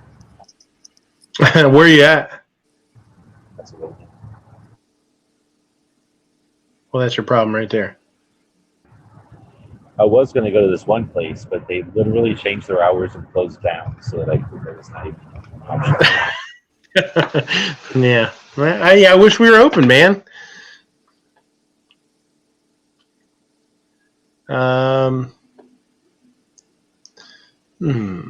gun control group to circulate petitions at polls on Tuesday. Am I coming through okay then? Yeah, you're coming through fine. I was trying to say something before that you guys were talking about the rally and stuff. One of the things that I don't think, again, it's going to be focused on, because it didn't happen, but only 2,000 people showed up, right? So I don't know how big that mall, the West Lawn is, but, and it's a triangle. So where we were was, fairly, it was full of people, but it wasn't packed, and we certainly didn't use the whole rest of that pyramid shape that it is, or the triangle shape that it is. So I'm going to go ahead and say very few people showed up, right? 2,000 people showed up out of the world of gun owners. And then something like 50,000, is that how many people showed up to that sports thing? 50,000? Somebody said that. I don't know. I haven't heard myself. I don't know either. And maybe they're exaggerating with something, but whatever. Let's just say 40,000, right? So we had 2,000 of us, 40,000 people who showed up and could care less about guns. And they didn't care about guns because they didn't go to our thing. They went to the other thing. And then people are going to suggest that 87% of people hate guns or whatever. Where was the conflict? Where was the shouting? Where was them bullying us? Where was the police protecting us from them? Where was the police and even concerned? The only thing that the police were concerned about is people standing on the railing of that one railing right in front of the Capitol where everybody tried to I did stand on it to take pictures because to take pictures. If you fall off the one way, you fall about 3 feet. If you fall off the other way, you fall like 6 feet into the grass. So they basically just don't want people standing on there because it'll fall over. That's the only thing that was even of concern to the police over there that I was there. Now, maybe some of you guys have sight to be watching the cops, but they couldn't have been more bold. Like if this was such a controversial subject, and if this was such a we lost you there for a second. I'm just repeating myself. If there was really a problem, why weren't we harassed, or why weren't we bullied, or why weren't we shouted out of there? Yeah. Was there anybody? Did you guys see anybody that was there protest? I didn't see anybody protesting at all. In fact, there was actually some of the people from the baseball thing while they were waiting for that to start that came over and were watching some of the rally. I wish I could have heard them, but I saw two young gentlemen. I watched them for a little bit. I could see they were starting to act up. I saw them get into an argument, and looked like they tried to knock somebody's camera out of their hand or something. And then it'll be on my video, but they're going to be pretty small in the background because I was watching them. Right. I think that was the only negative thing I saw.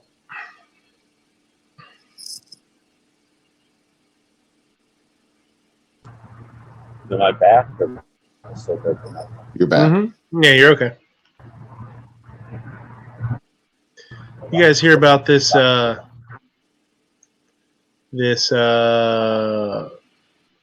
Massachusetts trying to get the Supreme Court to see the ban on mags in Massachusetts. Representative Elise Stefanik joined more than 90 of her colleagues, led by U.S. Representative Doug Collins of Georgia, to submit an amicus brief requesting the Supreme Court take up the case of Werman versus Healy. The petitioners are arguing that the Massachusetts law banning AR and AK platform and certain high-capacity magazines violates the Second Amendment. I mean, I can't imagine them taking that case.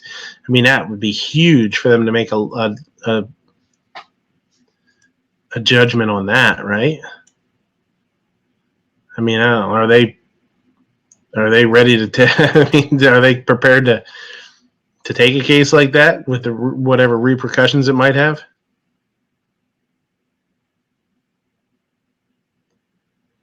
The plaintiffs claim that it is an infringement on the Second Amendment and also contrary to a decision in the case of Heller versus D.C. which struck down in Washington, D.C. on possessing firearms. The petitioners are seeking to challenge a First Circuit ruling that upheld the ban. Stefanik believes that this case could set a precedent to challenge the New York SAFE Act, the law banning the sale of high-capacity magazines and certain assault rifles, requiring people who owned such weapons to register with them with the state.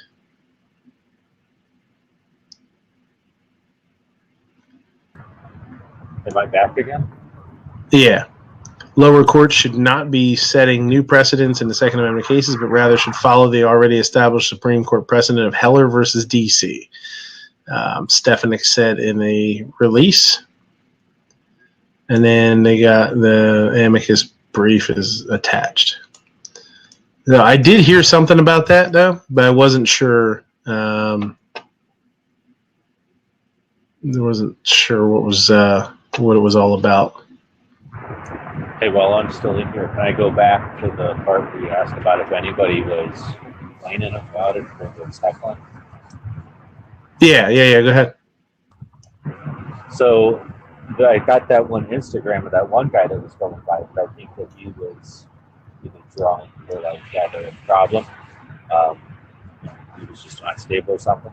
But after that, I went down by the one end of the field there to get a picture from a distance, and I started hearing this dude swearing and going off, and it wouldn't end, right? So I went over there to see what all the ruckus was because the police were starting to gather, and it just turns out it was a. As soon as you said what it was, you broke up.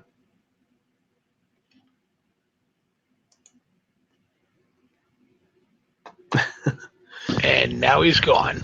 Yeah, you done going gray. We'll see if he pops back in. Never. Okay, hold on, G. You got to start back over. You went over there to see what it was, and it was what? Did I tell you that the police were showing up because of the ruckus? Yeah. It turned out it was just obnoxious swearing about the water features there in D.C. were better than it. Oh yeah. Oh, he's bitching. He's bitching like crazy. That is a dirty lie. There wasn't a single fish in those water features. It's not nearly as nice as mine.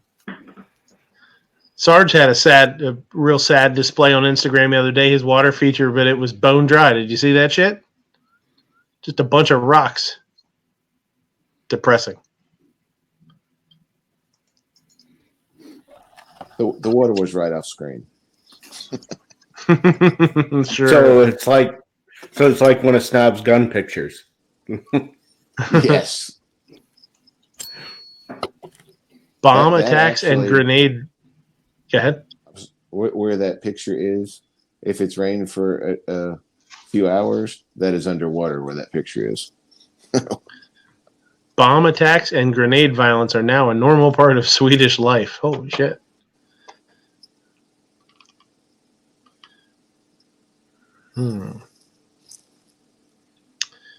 One night last week in Stockholm, Sweden, explosions took place in 3 different locations. God damn. Divisive.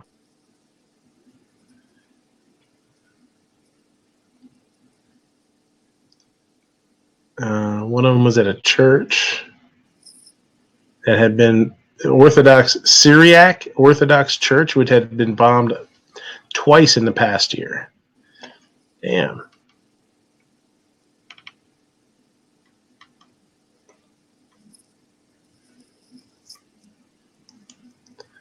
There you go.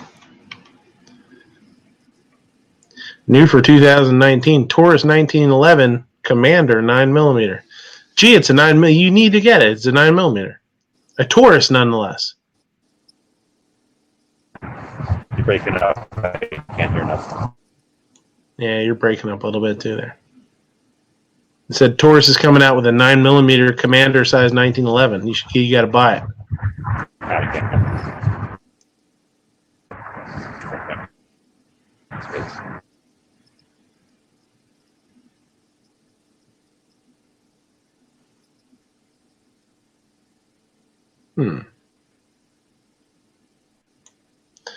Concealed permit holder kills alleged armed robber in restaurant. Or robot gunslinger by Bosstown Dynamics fools many. It could have been written. Concealed carry owner defends himself in restaurant. Yeah.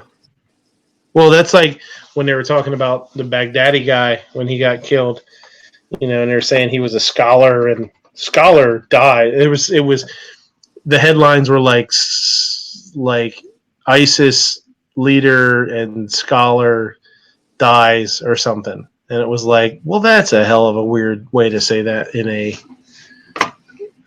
headline. A concealed carry permit holder shot and killed an alleged armed robber in Highland Park, Michigan. Uh oh. You're not going to Highland Park, are you? Weren't in the kitchen, were they? Not now. Not now. Yeah, that's true. Yeah, this guy was probably in the damn kitchen. It's the most dangerous part of the restaurant. Killed an alleged armed robber in Highland Park, Michigan restaurant. The suspect allegedly came inside the restaurant with the intent to rob the place, probably through the kitchen. The owner bought time by initially complying with the suspect's demands, handing over cash. When the suspect turned his attention to the bartender, allegedly intending to rob her too, the restaurant owner opened fire. Oh shit, it was the owner. The owner was armed with a .40 caliber Glock pistol, and he emptied the magazine while engaging the suspect. This guy was not messing around. Another way to say that would be that he complied until the bad guy decided to go after an employee, and then he decided it's time to defend her. There you go. On January 12th, wait.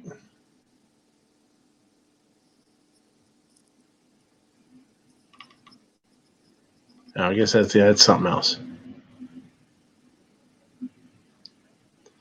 Police are treating the restaurant owner's actions as a defensive handgun use. Well, I hope so.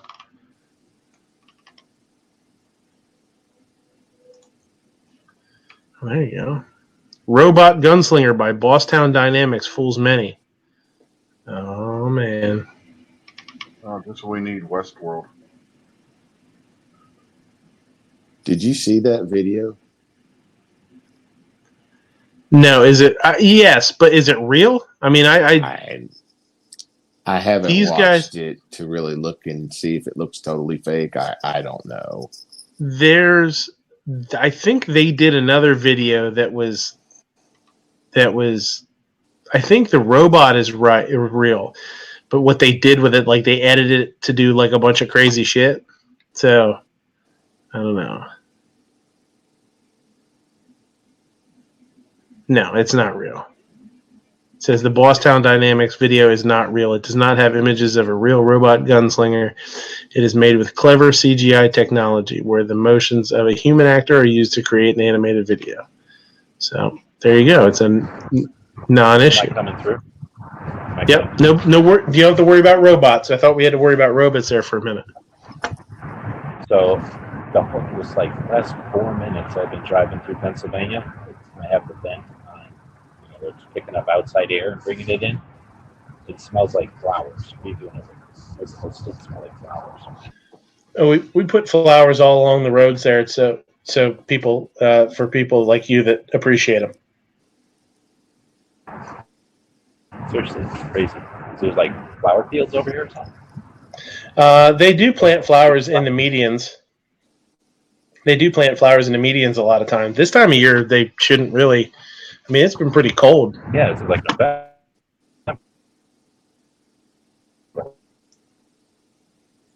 Just drive through Hershey, and then all you smell is chocolate. Maybe it's like oh shit, is it possible that I'm near a factory of sugar or something? So I'm thinking maybe I am passing like a sugar factory or some kind of a factory. I don't know. You in Hershey? No, he's not in Hershey. He's out near He's out sort of Pittsburgh way. I don't know. Right? Yeah, I don't know of any sugar plants out near Pittsburgh. That's where I'm originally from. I don't know. Doesn't mean there ain't none now. I live there.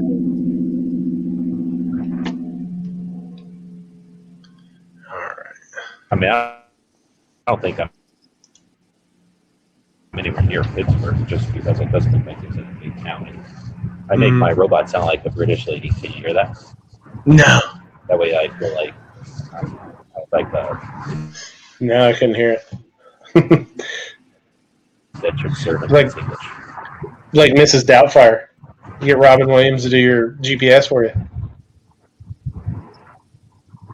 I don't have a cross-dressing robot, dude. What are you talking about? I don't know. I mean, I'm not judging. This is a lesbian robot for me. Oh, there you go.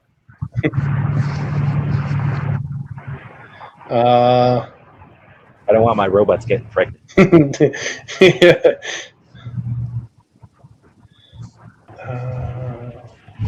They said Home of the Brave says that's that's the candy ass Steelers you smell. Somebody's gonna get found out. He keeps that up.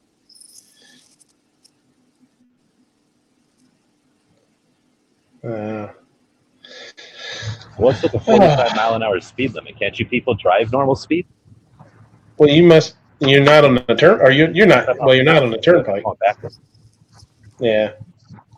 I don't know. I'm confusing what the stupid robots telling me to do. They always take the stupid ways. Well, if you picked not to get on the turnpike or something, then yeah, it's gonna take some side roads and stuff. No tollways. Right. The turnpike, a tollway. Is that your fancy way of saying tollway? Yeah, I'm not doing it. Well, the turnpike runs from like basically Philly to Pittsburgh. Yeah, it's a toll road to turnpike. Turnpike named after the little pike. They called it a pike. Was the little gate. So you'd pull up to the gate and then you'd pay, and they would open up the gate for you. But it was a pike, so the turnpike. And the PA Turnpike 576, named for a certain year that people may not have heard of before. Is that why they named it that? Yeah. Oh, I didn't know that. Yeah, because it runs between Pittsburgh and Philadelphia. Is named for 1776. I didn't know that. That's cool. That's probably where they make all those other roads 45, so you're more tempted to just pay the money and pay on the tollway. Well, a lot of some of the roads those side roads. There's a couple. I think it's 30. Route 30 runs kind of perpendicular. That's what the turnpike made obsolete. So you can hop on Route 30, and it'll take you pretty much the same thing, but it's real windy and it's all over the place and it's slower. They made that obsolete. Well, to go from one end to the other, it's pricey. Yeah. Yeah, the only place where it makes sense to take 30 is because you can't really hit either city directly. That way, when you're going to Greensburg, you don't have to go to Monroeville to hit the turnpike that way.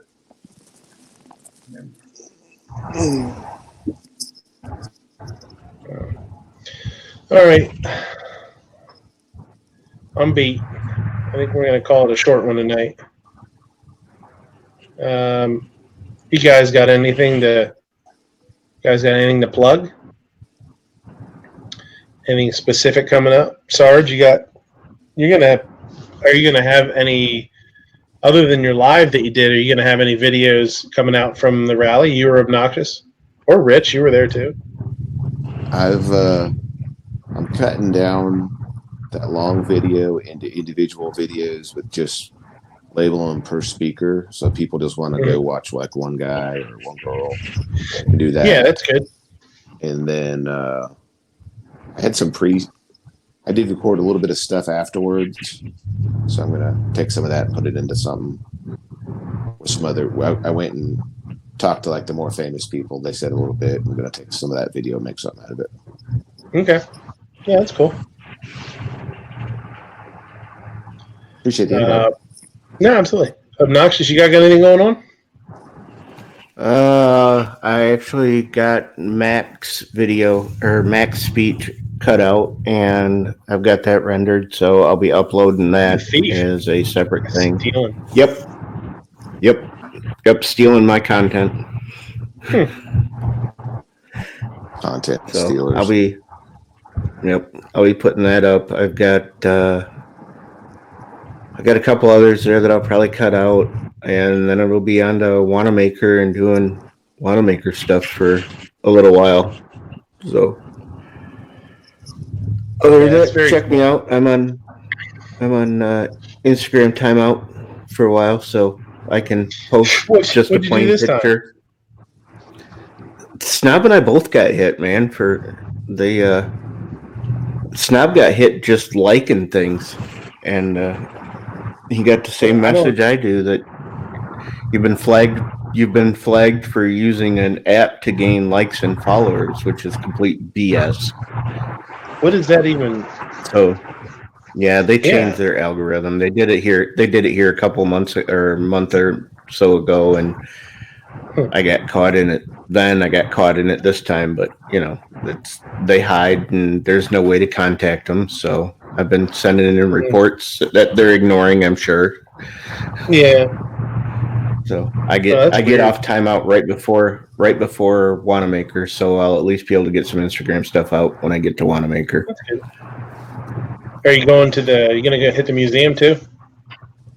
Yeah, yep. Gonna go to JM Davis. I'll probably go live while we're there at JM Davis, unless YouTube changes the requirements again before I go to Wanamaker. I thought I saw where starting Monday it goes. You have to have 1,500 subscribers.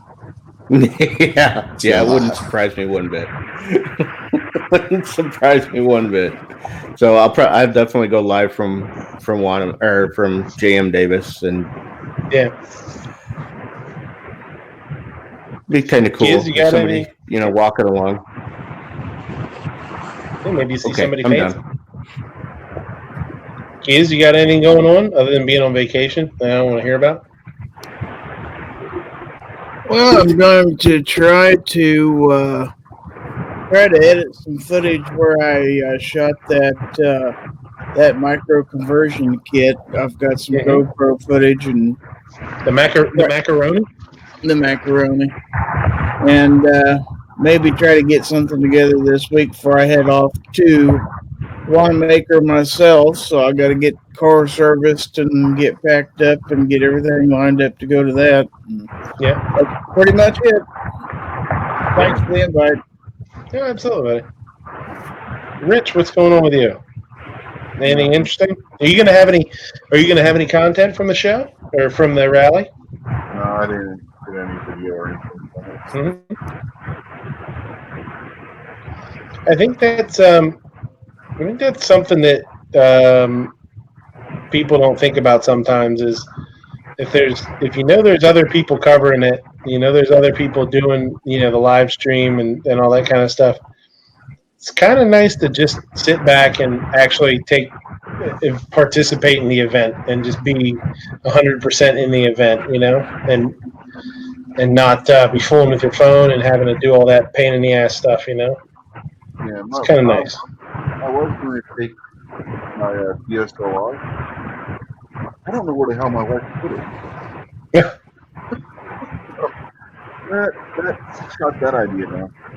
Yeah. Because I would have had to have got the battery charging overnight and everything.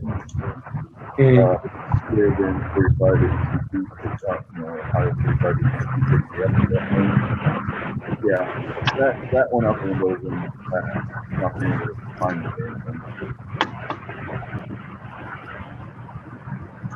it. G, you got anything going on? I mean, you're on the road. You're heading up to see Patriot, right?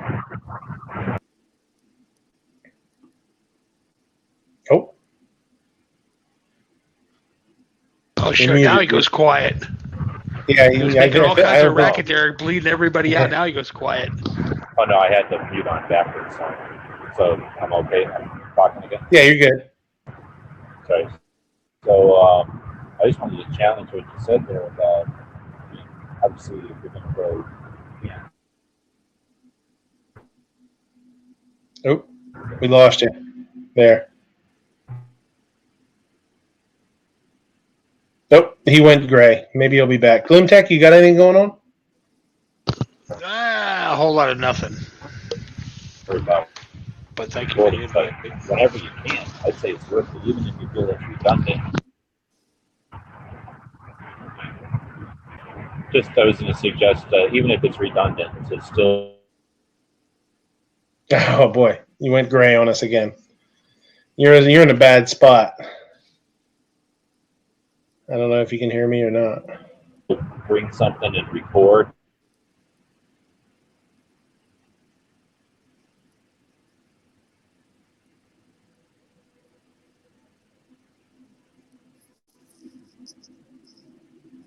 You're going back and forth from awesome to no coverage at all. It says. I don't know. We'll see if he pops back in or not. Rob says he'll have a video at some point, but by the time I get my PC back, I'm getting it. Oh, it'll be old news. Yeah, but that's kind of nice though. I mean, that's another one. Sometimes people put out a whole bunch of content all at once, and it's kind of nice sometimes to wait a week or two and let everybody get it out of their system, and then you pop up and do your video. Nothing wrong with that.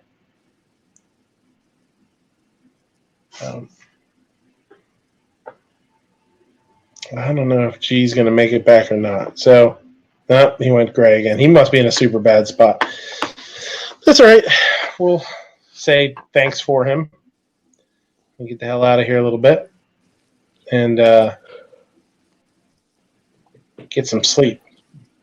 So, until next time, thanks for watching. Take it easy. And I will see you next week. Oh, next week will be the 100th episode too.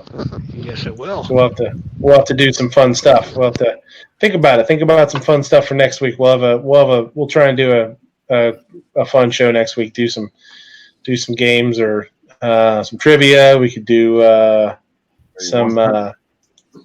We do some bracket. We could do some something like that. Think about it.